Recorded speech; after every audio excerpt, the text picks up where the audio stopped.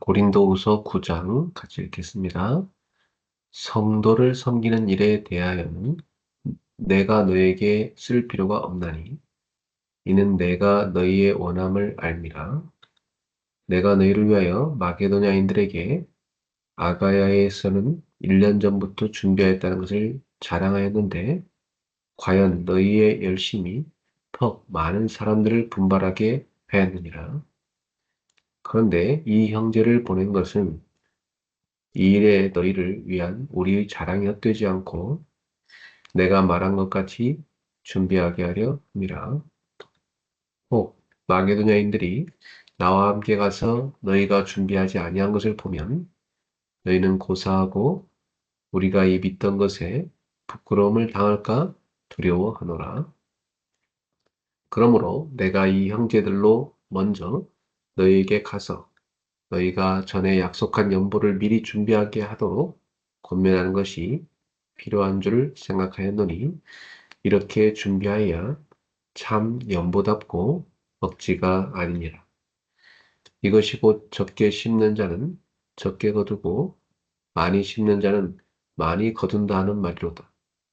각각 그 마음에 정한 대로 할 것이요 인색함으로나 억지로 하지 말지니 하나님은 즐겨내는 자를 사랑하시느니라. 하나님이 능히 모든 은혜를 너희에게 넘치게 하시다니 이는 너희로 모든 일에 항상 모든 것이 넉넉하여 모든 착한 일을 넘치게 하게 하려 하심이라. 기록된 바 그가 흩어 가난한 자들에게 주었으니 그의 의가 영원토록 있느니라 함과 같으니라. 심는 자에게 씨와 먹을 양식을 주시는 이가 너희 심을 것을 주사 풍성하게 하시고 너희 의의 열매를 더하게 하시리라.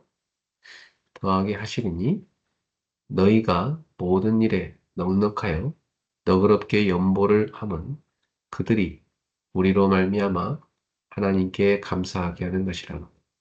이 봉사의 직무가 성도들의 부족한 것을 보충할 뿐 아니라 사람들이 하나님께 드리는 많은 감사로 말미암아 넘쳤느니라. 이 직무로 증거를 삼아 너희가 그리스도의 복음을 진실이 믿고 복종하는 것과 그들과 모든 사람을 섬기는 너희의 후한 연보로 말미암아 하나님께 영광을 돌리고 또 그들이 너희를 위하여 간구하며 하나님이 너희에게 주신 지극한 은혜로 말미암아 너희를 사모하느니라. 말할 수 없는 그의 의사로 말미암아 하나님께 감사하노라. 아멘.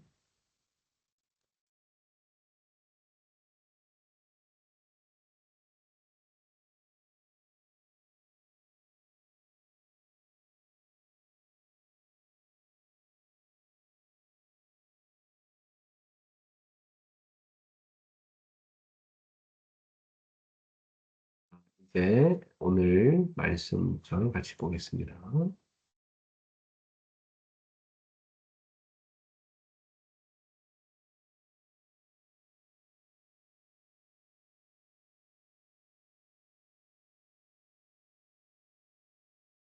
음, 어제 수예배 때 말씀을 다시 보겠습니다. 하나님이 준비하신 동역자와 하나님이 준비하신 만남과 동역자입니다. 자, 사경의 28장 11절부터 15절인데요. 15절 말씀만 하나 읽겠습니다. 그들을 보고 하나님께 감사하고 담대한 마음을 얻느니라. 오늘 우리는 하나님께서 준비하신 만남과 동역자들에 대한 말씀을 묵상합니다. 지난주에 우리는 하나님이 준비하신 현장을 보았습니다. 바울의 난파 사건은 실패가 아니라 하나님의 계획이었죠. 그리고 멜리드의 섬은 우연이 아니라 하나님이 예비하신 현장이었습니다. 그곳에는 반드시 살릴 영혼이 예비되어 있었고 하나님은 사건을 통해서 바울을 그 현장으로 인도하신 거죠. 그리고 그 현장에서 치유와 구원의 역사를 이루셨습니다. 이제 오늘 말씀은 그 다음 단계인데요. 하나님은 단지 현장만 준비하시는 것이 아니라 현장에서 만날 사람과 또한 동역자까지 완벽하게 준비하신다는 사실입니다. 먼저 하나님은 정확한 시간표 속에서 우리를 인도하십니다. 본문 11절에서 13절을 보면 바울 일행은 석 달 후 알렉산드리아 배를 타고 다시 출발합니다. 언제 떠날 것인가? 어떤 배를 탈 것인가? 어디를 거쳐 갈 것인가? 이 모든 과정이 하나님의 시간표 안에서 이루어졌습니다. 겉으로 보면 단순한 이동처럼 보이지만 그 안에는 하나님의 세밀한 계획이 담겨 있습니다. 우리도 인생 속에서 종종 묻습니다. 왜 아직 응답이 없을까? 왜 이렇게 지연될까? 하나님의 시간표는 결코 틀리지 않습니다. 바울은 조급해하지 않았습니다. 그는 하나님의 흐름 속에서 움직였던 것입니다. 그리스도인은 결과보다 하나님의 시간표를 따라가는 삶을 살아가야 하는 것이죠. 눈에 보이는 결과가 아니라 하나님이 이루어 가시는 과정 속에 자신을 맡기는 것이 참된 믿음입니다. 자, 둘째로 하나님은 반드시 만남을 준비하셨습니다. 바울이 로마 근처에 도착했을 때 이미 그곳에는 형제들이 있었어요. 이 만남은 결코 우연이 아니죠. 하나님께서 미리 준비하신 만남이었던 것입니다. 바울은 죄수의 신분으로 로마로 가는 길이었어요. 그래서 외롭고 지치고 불안할 수밖에 없는 상황이었죠. 그러나 하나님은 그를 위해서 믿음의 사람들을 예비해 두셨던 것입니다. 하나님은 전도자를 혼자 싸우게 하지 않으셨어요. 우리 인생도 마찬가지입니다. 우리가 만나는 사람들, 맺어지는 관계들, 함께 하게 되는 동역자들은 우연이 아니라 하나님의 계획 속에 있습니다. 자, 중요한 것은 누구를 만나느냐가 아니죠. 하나님이 준비하신 만남을 볼 수 있는 눈인 것입니다. 이 눈이 열릴 때 우리의 삶은 완전히 달라지는 것입니다. 세 번째로 하나님은 동역자를 통해서 우리에게 힘을 주십니다. 자, 오늘 15절을 보니까 형제들이 바울의 소식을 듣고 아비오 광장과 트레이스 타베르네까지 마중 나왔어요. 이 트레이스 타베르네는 세계의 여관이라는 그런 뜻을 가지고 있는데요. 그 당시 부르는 그 지역의 호칭이었습니다. 이것은 결코 쉬운 일이 아닙니다. 먼 거리를 마다하지 않고 바울을 맞이하러 나온 거죠. 그 장면을 본 바울의 반응은 분명합니다. 바울은 하나님께 감사했고요. 그리고 담대한 마음을 얻었습니다. 만남은 감사로 이어지고 동역은 담대함을 가져오는 거죠. 자, 하나님은 사람을 통해서 우리에게 힘을 주시기도 합니다. 바울은 강한 사람이었지만 그에게도 동역자가 필요했던 것입니다. 신앙생활은 결코 혼자 하는 것이 아닙니다.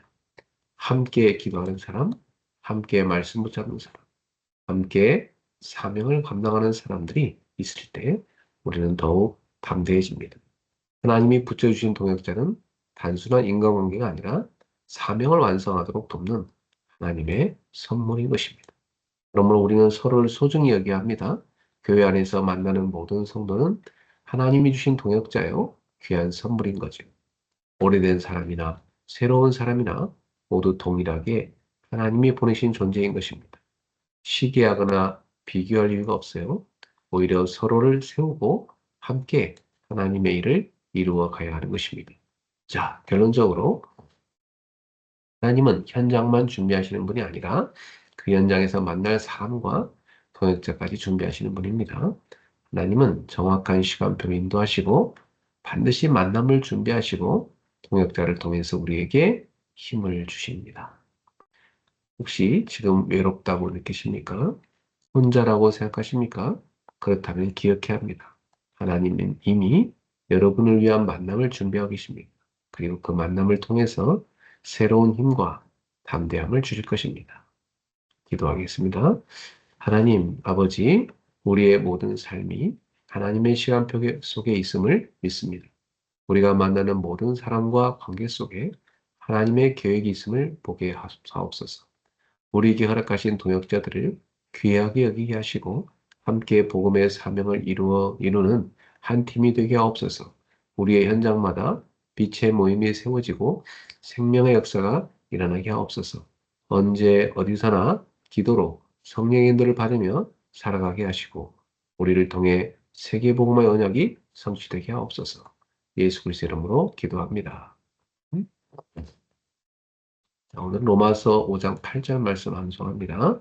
우리가 아직 죄인 되었을 때에 그리스도께서 우리를 위하여 죽으심으로 하나님께서 우리에 대한 자기의 사랑을 확증하셨느니라. Romans 5:8 But God demonstrates his own love for us in this while we were still sinners Christ died for us. 자, 오늘의 기도처 말씀은 도단성 운동의 주역입니다. 열왕기하 6장 16절부터 17절 읽어볼까요? 대답하되 두려워하지 말라. 우리와 함께한 자가 그들과 함께한 자보다 많으니라 하고 기도하여 이르되 여호와여 원하건대 그의 눈을 열어 보게 하옵소서 하니 여호와께서 그 청년의 눈을 여심해 그가 보니 불말과 불병거가 산에 가득하여 엘리사를 둘렀더라. 우리가 하나님께 정말 쓰임 받으려면 영적 흐름을 잘 알아야 합니다. 모든 종교는 우상 숭배를 하라고 하죠. 성경에만 우상 숭배하지 말라고 되어 있어요. 그 이유는 우상 숭배가 사탄의 전략이기 때문입니다. 시대마다 사탄이 왕과 강대국을 사로잡아서 전 세계에 영향을 주고 결국 멸망시켰습니다. 하나님께서는 피제사 언약을 붙잡은 모세를 통해 애굽의 모든 흑암 문화를 무너뜨리는 10가지 기적을 행하셨죠. 이세벨이 아합 왕과 결혼할 때 자기 나라의 우상을 들고 와서 이스라엘을 우상 국가로 바꿔버렸어요. 엘리야는 갈멜산에서 우상과 대결했습니다. 그 이후 하나님은 호렙산에서 엘리야에게 중요한 메시지를 주셨죠. 7천 제자와 엘리사에 대한 것이었어요. 이때 부름받은 엘리사에게 어마어마한 운동이 일어난 것입니다. 첫 번째, 열왕기상 19장 19절 21절에 보니까 하나님신 1000명입니다. 중직자 오바댜가 선지자 100명을 숨겼어요. 이후 엘리야가 거짓 선지자와의 영적 대결에서 완전히 승리했습니다. 호렙산에서 부름받은 엘리사는 가장 위기 상황에서 말씀을 따라갔습니다. 하나님의 계획이라면 그것은 어떤 상황에서도 1000명이 되는 것입니다. 두 번째, 열왕기하 2장 9절에 11절 소명입니다. 엘리야가 한 세대를 마치고 엘리사를 세우려고 할 때였습니다. 사람들은 자기 입장과 자리 때문에 흔들렸어요. 엘리사는 계산하지 않고 자리를 살피지 않고 하나님과 언약적 관계 속으로 들어갔습니다. 이것이 소명입니다. 세 번째, 열왕기하 6장 8절에서 24절의 사명입니다. 드디어 엘리사를 통해 도단성 운동이 일어났습니다. 이것을 사명이라고 합니다. 엘리사는 기도 속에서 미리 응답을 받았습니다. 배경을 누리며 싸우지 않고 승리하는 힘을 가지고 있었어요. 이것이 렘넌트의 힘인 것입니다. 렘넌트는 하나님이 약속하신 힘을 길러야 합니다. 그리고 성삼위 하나님께서 함께 하시겠다는 약속을 붙잡고 절대로 흔들리지 말아야 합니다. 기도하겠습니다. 하나님께 감사드립니다. 우리 렘넌트들에게 새 힘을 주옵소서. 사람의 소리가 아닌 하나님의 말씀을 듣게 해 주옵소서. 육안도 중요하지만 영안을 뜨게 해 주옵소서. 그리고 이 시대 살리는 주역으로 세워 주옵소서. 예수 그리스도 이름으로 기도하옵나이다. 아멘. 자, 오늘도 체력을 얻는 균형을 위해서 따뜻한 물 한 잔, 스트레칭, 조깅하는 날이 되길 바랍니다. 자, 체력 얻는 축복뿐만 아니라 이제 경제력 얻는 공부를 위해서 전문성 분야, 관심 분야 독서하시고 빛의 경제인 헌금도 미리 준비하시기 바랍니다. 인력을 얻는 전도, 오늘도 말씀, 기도, 전도 3원을 한 줄씩 써보세요. 그걸 가지고 우리 출발합시다. 자, 우리 함께 외쳐볼까요? 주는 그리스도시요 살아계신 하나님의 아들이십니다. 응답의 그릇을 갖추게 하소서. 하나님 나라의 망대를 세우게 하소서. 나는 기도의 망대를 세우는 서밋클럽이다. 나는 제자의 망대를 세우는 레드 다이아몬드다. 나는 전도의 망대를 세우는 전도 캠프팀이다.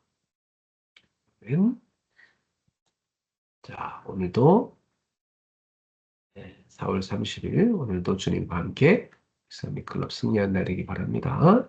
자, 서밋클럽 출발! 안녕하세요.